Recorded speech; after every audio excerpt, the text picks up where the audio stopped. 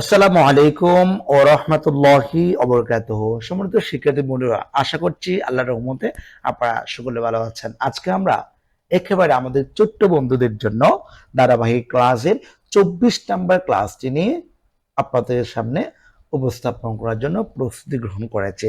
আজকের টপিকসটা আমরা আলোচনা করছি বিশেষ করে আমাদের ইউনিট 25 1 থেকে 9 ভিতর থেকে গুরুত্বপূর্ণ 10টি বাক্য নিয়ে আপনাদের সামনে উপস্থাপন করার জন্য প্রস্তুত হয়ে আছে। আচ্ছা, এখানে আমরা দেখে নিব যে প্রথমত যে এ নাম্বার, এখানে এ থেকে জে পর্যন্ত অর্থাৎ আমরা এ থেকে জে পর্যন্ত মোট 10টি বাক্য প্রত্যেকটি ক্লাসে যোগ করেছি আমাদের যে ছোট্ট বন্ধুরা আছে তাদের জন্য বা তাদের সুবিধার জন্য। ক্লাস যদি ভালো করে বুঝতে চান অবশ্যই শেষ অবধি পর্যন্ত না টেনে দেখার জন্য বিশেষভাবে অনুরোধ করছি। আচ্ছা, তো প্রথমত আমরা দেখে নিব যে এইখানে যে কাজটি করতে হবে সেটা হচ্ছে, প্রথমত এখানে বলছে at midnight blaster, ঠিক আছে? আমরা এখানে যে শব্দটা আছে, এই ঘটনাগুলো আমাদের পেচেসের মধ্যে 2009 সালের ঘটনা, অর্থাৎ সাইক্লোন আইলা এটা কখন হয়েছিল? 2009 সালে, ঠিক আছে? যেহেতু 2009 সেটা পাস্ট টেন্স, এখন কিন্তু 2009 নাই, এখন 2025। সেক্ষেত্রে আপনারা কি করতে হচ্ছে, যে অতীত নির্দেশক যদি কখনো কোনো একটা ওয়ার্ড পাই সেক্ষেত্রে আমাকে পাস্ট টেন্সে নিয়ে যেতে হয়। যার কারণে আমরা এটা কি করব, স্লিপ দিব, SLEPT, স্লিপড করব। তাহলে আমরা বিষয়টি বুঝতে পারলাম। এরপর আমরা পরবর্তী যাচ্ছি। তাহলে আমরা এখন এখানে দেখে নিচ্ছি যে পরবর্তী যে বি নাম্বার যে বাক্যটি আছে, এই বি নাম্বার বাক্যটি আপনাদেরকে বোঝানোর চেষ্টা করছি। বি নাম্বার বাক্য দেখতে পাচ্ছি, দ্য আদার এনিমালস, অন্যান্য প্রাণীগুলো, অয়ার, ঠিক আছে? অয়ার পরে তো অবশ্যই যে ভার্ব থাকে সেটাকে আমরা কি করব, যে আমরা কি করতে পারি সেটাকে ফার্স্ট নিচে নিতে পারি, ঠিক আছে?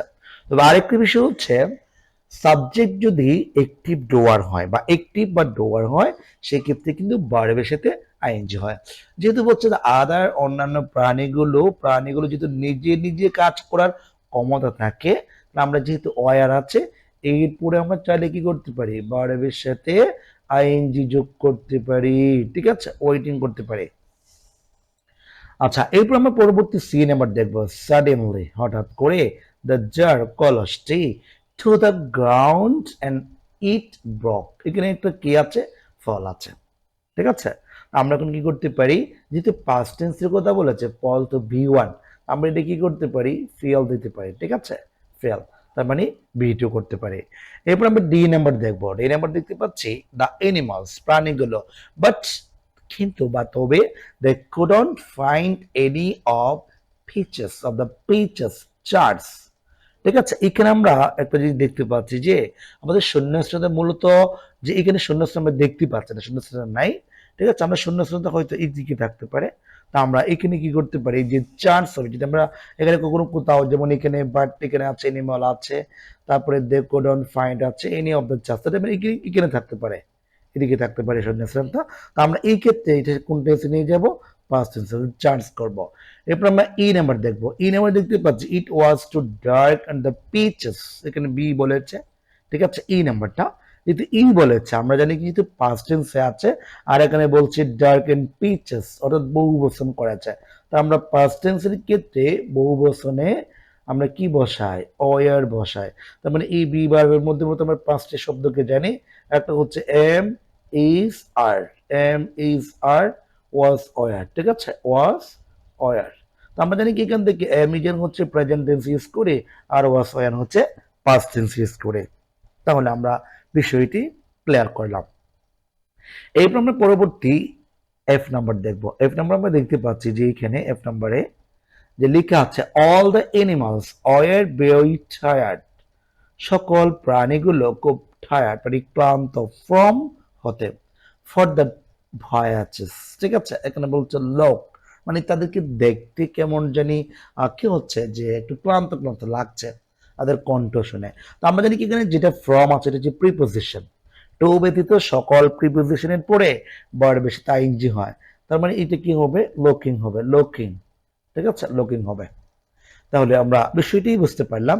এরপর আমরা পরবর্তীতে আরো কিছু বাক্য আছে, সেই বাক্যগুলো আপনাদের দেখানোর জন্য চেষ্টা করছি। অর্থাৎ আমরা এখানে এই পেজ থেকে আমরা আরো দুইটা বাক্য আছে, দুইটা বাক্য দেখাচ্ছি। এখানে জি নাম্বার আমরা দেখতে পাচ্ছি, দ্য বার্ডস পাখিগুলো ওয়েন্ট আউট বেরিয়ে পড়লো, হ্যাভ দেয়ার ব্রেকফাস্ট, এখানে হ্যাভ আছে যেহেতু পাস্ট টেন্সে আছে এখানে, ঠিক আছে। তো আমরা এখানে যেহেতু ভার্ব একটা আছে, অলরেডি একটা ভার্ব যেহেতু আছে, পরবর্তী যদি ভার্ব বসাতো আপনি কি করবেন, টু হ্যাভ দিবেন। তার মানে দুইটা বাক্য, একটা বাক্যের মধ্যে যদি কোনো দুইটি ভার্ব থাকে তাহলে দ্বিতীয় ভার্বটি দুইটা ফরম্যাট দিয়ে করা যায়। একটা হচ্ছে বি মানে ভার্বের সাথে আইএনজি, আর একটা হচ্ছে টু প্লাস ভার্ব। সেক্ষেত্রে আমরা এই কাজটা করতে পারবো, টু প্লাস হ্যাভ দেব, টু প্লাস হ্যাভ দেব। এইবার আমরা কি করতে পারি, যে এখানে কি আছেন, যে আমরা এখন এক্স নাম্বারটা পড়বো, অল দে ফাউন্ড দেয়ার ওয়াজ বলেছে, ঠিক আছে। যেহেতু ওয়াজ দেয়া আছে সেই ক্ষেত্রে আমাদের এই যে অল দেয়ার ফান্ড, আমাদের সাবজেক্টটা কিন্তু কি নয়, একটিভ নয়, ঠিক আছে, এটা প্যাসিভে আছে।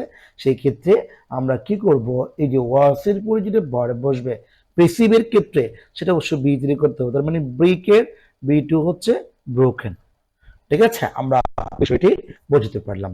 এরপর আমরা পরবর্তীতে আর দুইটি বাক্য আছে, এই দুইটি বাক্য আপনাদেরকে দেখানোর চেষ্টা করছি।